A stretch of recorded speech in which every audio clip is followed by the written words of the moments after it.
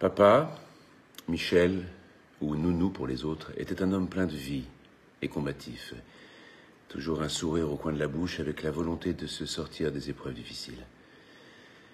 Avant sa retraite, il était conducteur offset à Paris, passionné de boxe qu'il pratiquait, émerveillé par la nature et par les animaux. Il avait 74 ans, toujours bon vivant. Seulement un événement est venu interrompre cette vie épanouie. Il vivait en EHPAD depuis 18 mois, je voulais le sortir, mais le coronavirus a provoqué un atermoiement dans la démarche. Progressivement, les établissements ferment leurs portes aux familles qui veulent visiter leurs proches. Fin novembre, papa était très fatigué. J'ai contacté une aide-soignante pour l'informer de la situation. Le verdict tombe, coronavirus, même s'il n'a pas été testé. La science fait aujourd'hui des miracles. Je me débrouille pour aller visiter papa tous les jours, le laver et le nourrir le mieux que je puisse. D'après le médecin de l'EHPAD, il avait 9 chances sur 10 de mourir. Il est hospitalisé le 9 décembre 2020.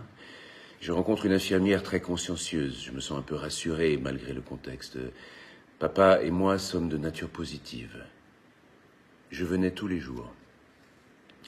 Cet espoir n'aura pas duré. L'aide soignante se fait rapidement recadrer pour s'être trop occupée de mon père. Je redouble d'efforts pour aider papa à se rétablir, ayant perdu une précieuse alliée. Le 10e jour, soit le 18 décembre 2020, la responsable de service me refuse l'accès, malgré une autorisation provenant d'un médecin. Le 21 décembre, le personnel médical aura eu raison de nous, n'étant plus suffisamment conscient pour donner l'énergie nécessaire pour maintenir sa respiration.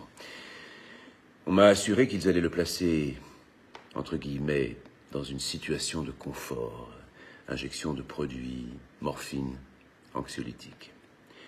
Le fiasco aura été poussé jusqu'à la toute fin de cette euthanasie sans consentement. On m'autorise à le voir à la chambre funéraire. On lui avait mis un collier en plastique autour du cou pour qu'il n'ouvre pas la bouche, paraît-il. Il avait les yeux ouverts. L'expression de son visage semblait transparaître ses derniers instants de souffrance, comme s'il avait été étouffé en regardant quelqu'un. On m'annonce une date pour la crémation. Visiblement, personne n'a eu le temps de me prévenir qu'elle a eu lieu un jour avant. J'appellerais ceci une rupture du serment d'Hippocrate.